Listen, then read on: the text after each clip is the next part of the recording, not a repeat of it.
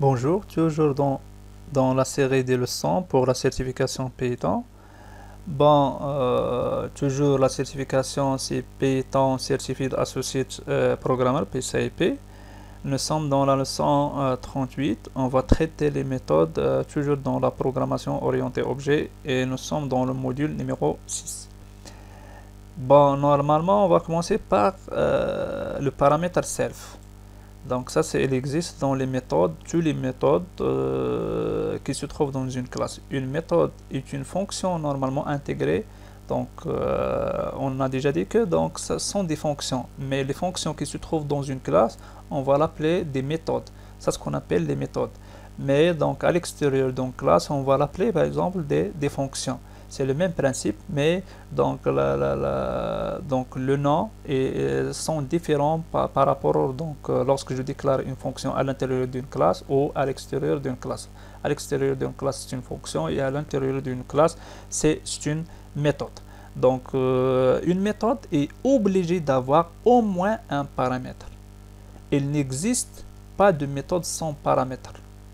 Une méthode peut être invoquée sans argument, mais pas déclarée sans paramètre. C'est-à-dire, je peux l'appeler sans argument, mais obligé, il faut mettre le paramètre self. Je peux l'ajouter d'autres paramètres, mais ça c'est obligatoire. Donc, et toujours, c'est le paramètre qui se trouve à gauche. Regardez ici, donc, toutes les méthodes qui se trouvent dans n'importe quelle classe, donc, il doit avoir le paramètre self. Je peux l'ajouter d'autres paramètres. Donc ça c'est facultatif, mais ça c'est obligatoire. Et regardez ici pour donc ce qu'on appelle pour invoquer ou pour appeler une méthode. Donc soit on va utiliser, donc par exemple ici on a un seul paramètre self, c'est-à-dire je peux invoquer son paramètre. Je peux invoquer son paramètre, mais dans la déclaration il faut mettre obligatoirement le paramètre self. Le nom self, c'est que gère le but du paramètre. Il identifie l'objet pour lequel la méthode est invoquée. C'est-à-dire self, c'est-à-dire c'est me, c'est moi. C'est-à-dire c'est l'objet, c'est l'objet courant. C'est l'objet courant. Par exemple, prenez l'exemple ici. On a déclaré une classe qui s'appelle glacé. Et regardez toujours préférable de faire toujours la première lettre de la classe, c'est en majuscule, et on a déclaré ici deux méthodes, c'est-à-dire la première méthode qui s'appelle méthode, qui contient un seul paramètre self et qui permet de faire quoi, de m'afficher donc le message méthode, et deuxième méthode, c'est-à-dire M2, qui contient deux paramètres, donc self qui est obligatoire et par c'est facultatif. Donc, on a besoin d'afficher méthode par. Donc, ici, on a fait l'instanciation. On a créé un objet qui s'appelle objet. Objet, donc, de la classe glacée. Regardez ici, toujours, c'est la même chose qu'une fonction. Dans la déclaration ou dans l'instanciation d'un objet, on va le mettre la classe, donc, suivie par les parenthèses. Et dans la déclaration, on n'a pas ici les parenthèses. C'est-à-dire il est différent que les autres pour les fonctions, la déclaration des fonctions, etc. Après, on a toujours pour l'objet qu'on a créé, on a donc invoqué la méthode. C'est-à-dire, c'est quoi la méthode? C'est donc la méthode qui s'appelle méthode. C'est-à-dire, et qui contient, donc regardez, on n'a pas mentionné ici le paramètre, mais ici, dans la déclaration, on a un seul paramètre. C'est-à-dire, on va m'afficher ici méthode. Donc, dans le résultat, il va m'afficher méthode, comme ça. Après, on a fait quoi? On a, donc, toujours pour le même objet, on a invoqué, donc, la méthode M2, et avec la valeur 1, c'est-à-dire, elle va m'afficher méthode 1. Ici, elle va m'afficher méthode 2. Ici, elle va m'afficher méthode 3. On va passer vers d'autres choses. Toujours on va parler toujours sur le paramètre self. Dans l'instanciation d'un objet, nous avons traité le nom de la classe comme une fonction. dans l'instanciation, regarde ici, dans l'instanciation, on a invoqué la méthode comme une fonction. Regarde ici, comme une fonction, c'est-à-dire il faut mettre les parenthèses. Le paramètre self est utilisé pour obtenir l'accès aux variables d'instance et de la classe. C'est-à-dire je peux utiliser le paramètre self, c'est pour accéder aux variables d'instance de la classe de l'objet. Regarde ici dans l'exemple, on a déclaré une variable de classe et donc on a la méthode et on a des variables donc de l'instance. Regardez ça, c'est variable de la classe. Je peux accéder avec le paramètre self et on a d'autres paramètres ou d'autres variables concernant l'instance. Je peux l'accéder avec toujours le paramètre self. Et même si je peux accéder aux autres méthodes avec toujours le paramètre self. Le paramètre self est également utilisé pour appeler d'autres méthodes d'objets, classes, c'est-à-dire soit d'objets, soit de classes, à l'intérieur de la classe. Donc on va prendre l'exemple ici. Donc on va visualiser le résultat, etc. On va analyser le résultat. On a déclaré une variable de classe, c'est-à-dire ça c'est la classe qui contient variable, donc on va l'appeler par exemple va, qui est égal à 2. Ici dans la première méthode, ces méthodes, on a voilà, déclaré la méthode qui va m'imprimer donc la valeur de variable, de la variable de la classe et la variable d'instance. Et on va appeler donc d'exécuter, on a appelé donc d'autres méthodes qui se trouvent dans la classe. Ici dans la ligne qui se trouve ici, on a créé un objet qui s'appelle objet, donc de la classe glacée. Et après on a fait quoi? Donc on a initialisé, ça c'est l'objet qu'on a créé, donc on a initialisé var avec la valeur 3. Et après on a fait quoi? On a appelé la méthode, on a invoqué la méthode qui s'appelle méthode. Et dans la méthode, on a fait quoi? C'est-à-dire, on a affiché, c'est-à-dire dans le résultat, il va m'afficher var2, ça c'est varia est égal à 2, il va m'afficher 2. Et ici, c'est la variable d'instance, c'est 3, il va m'afficher 3. Et après, il va me faire quoi? Appeler l'autre méthode. Et l'autre méthode, il va m'afficher quoi? C'est autre. Dans le résultat, on va trouver comme ça. 2, 3, autre. Bon, ça c'est concernant donc le paramètre self. Et donc on va parler sur le constructeur, ou ce qu'on appelle la méthode qui commence par, qui s'appelle ini. Ini. Donc si vous nommez une méthode comme celle-ci, ini, ce ne sera pas une méthode régulière. C'est-à-dire ce n'est pas une méthode comme les autres méthodes. Ce sera un constructeur. Donc un constructeur, on a déjà dit que donc on a déjà vu le constructeur. Qu'il est invoqué automatiquement. Il est invoqué automatiquement et implicitement lorsque l'objet de la classe est instancié. À la création de l'objet, elle va m'exécuter les éléments qui se trouvent dans le constructeur. Donc ça, c'est ce qu'on appelle l'initialisation. Le constructeur est obligé d'avoir le paramètre self. Même si que les autres méthodes. Donc toujours, on a le paramètre self. Le constructeur peut mais n'a pas besoin, c'est-à-dire peut, mais il n'a pas besoin d'avoir plus de paramètres. Donc, le paramètre qui est obligatoire, c'est self, mais je peux l'ajouter d'autres paramètres. Bon, le constructeur peut être utilisé pour configurer l'objet. Normalement, le constructeur, c'est pour l'initialiser l'objet, donc son état interne, créer des variables d'instance, instancier tout autre objet, c'est leur existence est nécessaire. Par exemple, prenez l'exemple ici, on a créé une classe qui s'appelle glacé. Et on a déclaré ce qu'on appelle le constructeur. Et dans le constructeur, on a fait quoi? On a initialisé, on a créé une variable d'instance qui s'appelle var. Et avec la valeur, c'est-à-dire lorsque je crée un objet, et ici comme paramètre c'est objet, c'est-à-dire ici la valeur de, donc on a créé l'objet qui contient par exemple la variable var et pour le moment avec la valeur object. Et après on a fait quoi? Donc d'imprimer donc la valeur de la variable d'instance, c'est-à-dire il va m'afficher object. À la fin il va m'afficher dans le résultat object. Toujours dans le constructeur, concernant le constructeur ne peut pas renvoyer une valeur car elle est conçue pour renvoyer un objet nouvellement créé, c'est-à-dire elle va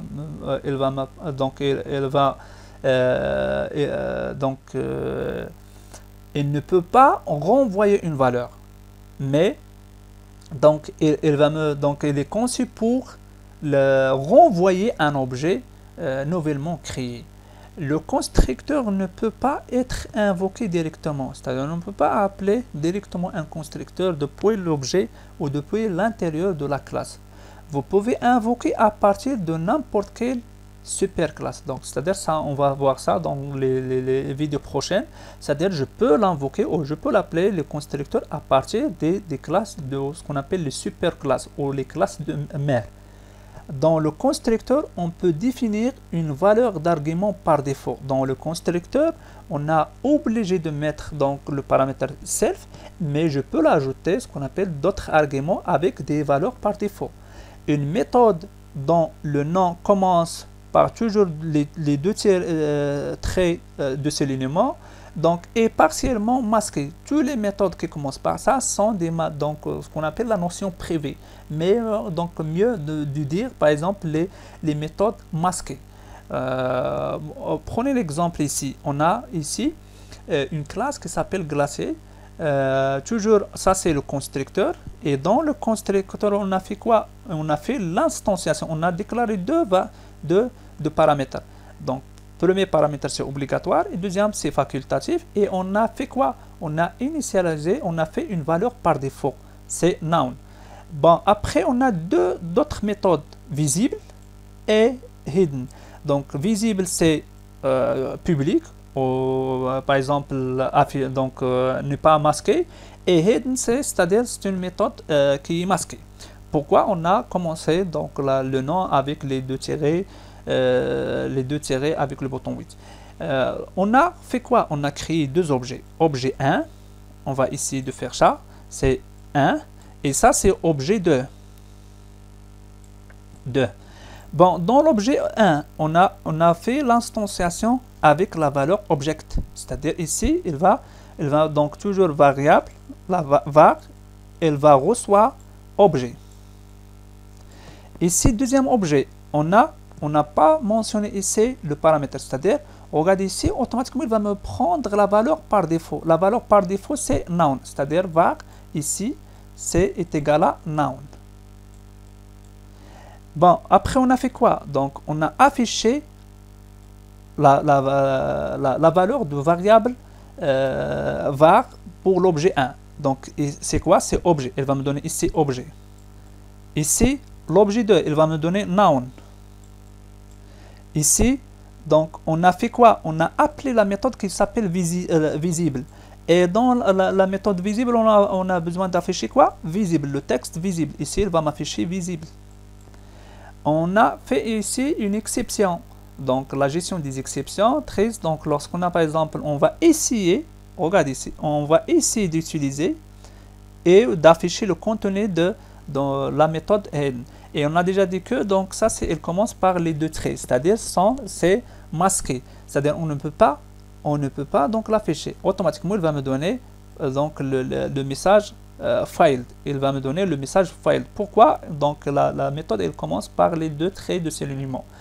Et ici, regardez, on a une autre méthode. On a déjà dit que donc pour appeler ou pour utiliser les éléments qui sont masqués ou privés, donc toujours il faut mentionner la classe, le nom de la classe, et devant le nom de la classe, on va mentionner une seule tirée de ce élément, et la méthode ou la propriété. On a déjà vu ça, c'est dans les propriétés. Et regardez, ça c'est le nom d'objet. Automatiquement, il va me donner ici, il va m'exécuter le code qui se trouve ici. C'est-à-dire, il va m'afficher ici hidden. Donc finalement, on va trouver par exemple, donc ici objet, noun, visible, filed, hidden. Donc les attributs utiles. Toujours ça c'est concernant les méthodes. Chaque classe Python et chaque objet Python est prééquipé d'un ensemble d'attributs utiles qui peuvent être utilisés pour examiner ses capacités. Donc par exemple, on a dect On a déjà vu ça dans les propriétés, la leçon des propriétés. Dect, c'est un dictionnaire, mais le dictionnaire pour les objets, il est différent que le dictionnaire pour les classes. Donc pour le moment, on va discuter sur d'autres attributs utiles ou d'autres variables. On va commencer par name. Donc toujours name, il n'existe que dans les classes. Ça, c'est-à-dire il n'existe pas. On a déjà dit que donc dans les objets, on a donc les variables d'instance et leur valeur. Et donc ça, il se trouve dans ce qu'on appelle dect pour ce qu'on appelle les classes. Name, donc c'est le nom de la classe. Il va me donner le nom de la classe. Donc c'est-à-dire c'est une propriété ou c'est un attribut que je peux l'utiliser. D'autres choses, on a la fonction type. Type qui est capable de trouver une classe qui a été utilisée pour instancier n'importe quel objet. C'est-à-dire lorsque je crée un objet et j'ai besoin de vérifier quelle est la classe qui a créé l'objet, etc. Donc je peux faire ça avec la fonction type. D'autres attributs, donc c'est module. Donc et aussi une chaîne qui stocke le nom de module qui contient la définition de la classe. Généralement, donc il va me donner main, et main c'est le fichier en cours d'exécution. Donc ça c'est le fichier lorsque je trouve donc dans le module main, donc le nom main, c'est-à-dire c'est le fichier en cours d'exécution. Par exemple, prendre l'exemple ici. Donc la classe glacée, et on n'a pas mentionné d'autre chose que donc on a laissé vide pour le moment. On a besoin de faire quelques vérifications sur la classe, etc. La première des choses, on a besoin d'imprimer le nom ici. Donc glacé name, c'est-à-dire le nom de la classe. Normalement, il va me donner glacé. Ici, le module. On a déjà dit que donc on n'a pas donc ce qu'on appelle la classe, il n'est pas affecté à un module donc précis. Donc automatiquement, il va me donner la valeur main. C'est-à-dire c'est le fichier en cours d'exécution. On a fait quoi? On a créé un objet de la classe glacée. Et après, on a fait quoi? Le type, c'est-à-dire le type d'objet. C'est quoi le type? Le type d'objet, c'est-à-dire la classe qui fait l'instant, donc qu'on a instancié. Donc l'objet, il est instancié à de quelle classe? Pour le moment, l'objet, il est instancié de la classe donc glacé, c'est-à-dire ça c'est glacé name, c'est-à-dire c'est la même chose que ça, c'est la même chose que ça, toujours il va me donner glacé. Ici objet module, objet module, c'est-à-dire automatiquement il va me donner main. Pour le moment on n'a pas un module, c'est-à-dire il va me donner main, c'est-à-dire ça c'est concernant l'objet et ça c'est concernant donc ça c'est concernant la classe, c'est-à-dire module il se trouve dans la classe et il se trouve dans l'objet. Mais name, donc on a déjà dit que c'est seulement pour la classe, c'est-à-dire lorsque j'enlève ça et j'essaie de faire ça, il va me donner une erreur. D'autres choses, toujours dans les attributs utiles, on a l'attribut ou la variable base. Base est un tuple, c'est un tuple. Donc le tuple contient des classes, pas des noms de classes. C'est-à-dire il contient des classes, c'est-à-dire des informations des classes, non pas donc une seule classe. Et ça c'est donc on peut l'utiliser dans l'héritage, etc. Lorsqu'on va utiliser l'héritage, on va voir ça donc dans la leçon prochaine, qui sont des super classes. Lorsque je dis super classe, c'est-à-dire on a donc l'héritage direct pour la classe. Donc c'est quoi les super classes de l'objet ou pardon de la classe courante? Seules les classes ont ces attributs contrairement aux objets. Ça c'est concernant les classes. Les bases, c'est-à-dire c'est seulement pour les classes et non pas les objets. Une classe sans super classe explicite pointe vers l'objet, une classe peut être prédéfinie comme en quête directe. C'est-à-dire donc c'est donc explicitement il va me donner le résultat objet. Donc ça, c'est une classe prédéfinie en Python. Lorsqu'on a par exemple, on n'a pas donc les superclasses pour la classe. Prenez l'exemple ici. On a créé trois classes: super1, super2 et sub. Donc normalement, ça c'est superclasse, ça c'est superclasse pour la classe sub. C'est-à-dire la classe sub pour la création. On va voir ça après. C'est pour donc c'est-à-dire la classe sub, elle est donc un sub donc subordonné de la classe 1, super1 et 2. Regardez ça, c'est 1 et 2. Donc et on n'a pas fait donc de code à l'intérieur de ces classes là. Et après on a fait quoi? L'impression de la base ou l'attribut base pour la classe sub. On a déjà dit que donc la classe, les superclasses pour la classe sub, c'est les deux, 1 et 2. Donc automatiquement, il va me donner ici deux. Donc plusieurs informations. Il va me donner donc un tuple. Il va me donner plusieurs informations. Donc 2, donc 1 et 2. Regardez ici, lorsque je fais l'impression pour super1, ici. Donc est-ce qu'elle est ça? Elle est donc elle est liée à d'autres classes externes? Non, donc elle va m'afficher seulement donc objet. La même chose ici, on a fait des tests. On va essayer d'exécuter ce code là et on va l'analyser. Bon, regardez, on va essayer d'exécuter ce programme là et regardez le résultat. Elle va me donner ici, regardez ici, on a fait quoi? Donc d'afficher le tuple pour sub. Donc ça c'est le tuple qui se trouve, donc on va trouver main, donc là, on a deux éléments, donc 2 et super1. La même chose ici, on a fait quoi? Donc on a imprimé donc le nom de l'objet, pardon, le nom de la classe, et on a déjà dit que donc super et 1 donc sont des super classes, c'est-à-dire on va trouver automatiquement objet, donc dans le tuple objet. Et regardez ici, lorsque je fais donc d'afficher le principe, donc la base sub, on va trouver par exemple on a deux, c'est-à-dire le nom. Pour le moment on a spécifié le nom, donc c'est sub1 et sub2. Donc on va passer vers d'autres choses.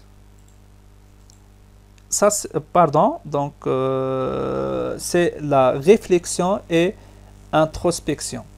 L'introspection qui est la capacité d'un programme à examiner le type ou les propriétés d'un objet au moment de l'exécution. La réflexion qui va plus loin est la capacité d'un programme à manipuler. Ça c'est examiner, pardon. Ça c'est pour examiner, donc l'introspection, et pour la réflexion c'est pour manipuler les valeurs, les propriétés et ou les fonctions d'un objet au moment de l'exécution. Toujours c'est au moment de l'exécution, mais ça c'est pour examiner et ça c'est pour manipuler. La réflexion et l'introspection permettent aux programmeurs de faire n'importe quoi avec chaque objet, peu importe d'où il vient. Bon, ça c'est un programme, c'est-à-dire on peut l'exécuter, on va l'analyser. Avant d'analyser, c'est-à-dire on a ici des fonctions, on peut l'utiliser. Get attribut, il va me donner donc la valeur de l'attribut, et set attribut, c'est-à-dire on peut donc modifier la valeur de l'attribut ou ce qu'on appelle la variable. Instance, c'est-à-dire on va vérifier donc est-ce qu'elle est, par exemple, lorsqu'on a besoin de vérifier est-ce qu'elle est de type entier ou de type etc., on va utiliser la fonction isInstance.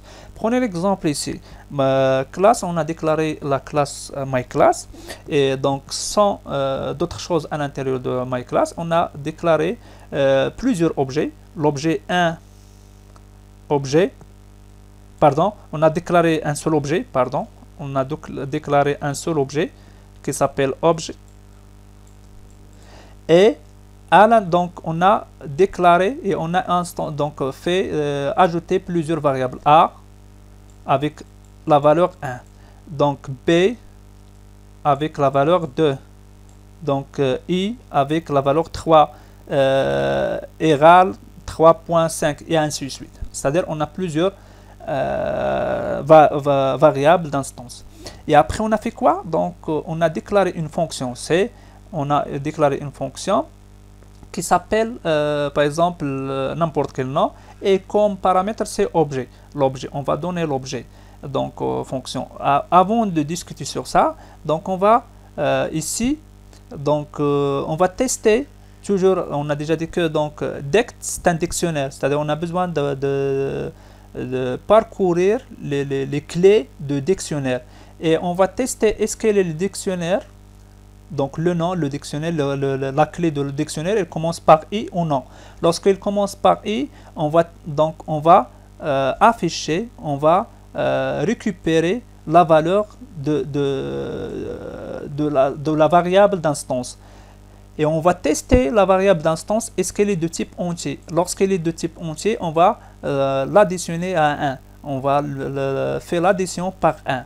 Donc ici, toujours donc dans le dictionnaire, on va m'afficher ici donc toutes les variables pour le moment. Dans le dictionnaire, on va m'afficher A 2.1, B, c'est-à-dire toutes les variables d'instance. Et après, on a appelé la fonction. Et dans la fonction, on a déjà dit que, c'est-à-dire on va parcourir seulement les variables qui commencent par I, c'est-à-dire ça et ça et ça, c'est-à-dire on a 3. Et on a donc lorsqu'il est donc le nombre il est entier, on va le modifier, c'est-à-dire 7, c'est-à-dire on va ajouter 1. Par exemple, ça c'est entier, c'est-à-dire on va ajouter, donc finalement on va trouver 4. Et ça c'est donc réel, donc la condition elle est faux, donc on va pas faire le changement ici. Et 4, c'est-à-dire on va faire quoi? Donc c'est entier, c'est-à-dire on va plus 1, c'est-à-dire ici on va trouver 4 et 5. Donc ça c'est concernant donc la réflexion et l'introspection. Bon, pour le moment dans la leçon donc numéro 38, on a discuté sur les méthodes de la programmation orientée objet. Merci pour votre attention.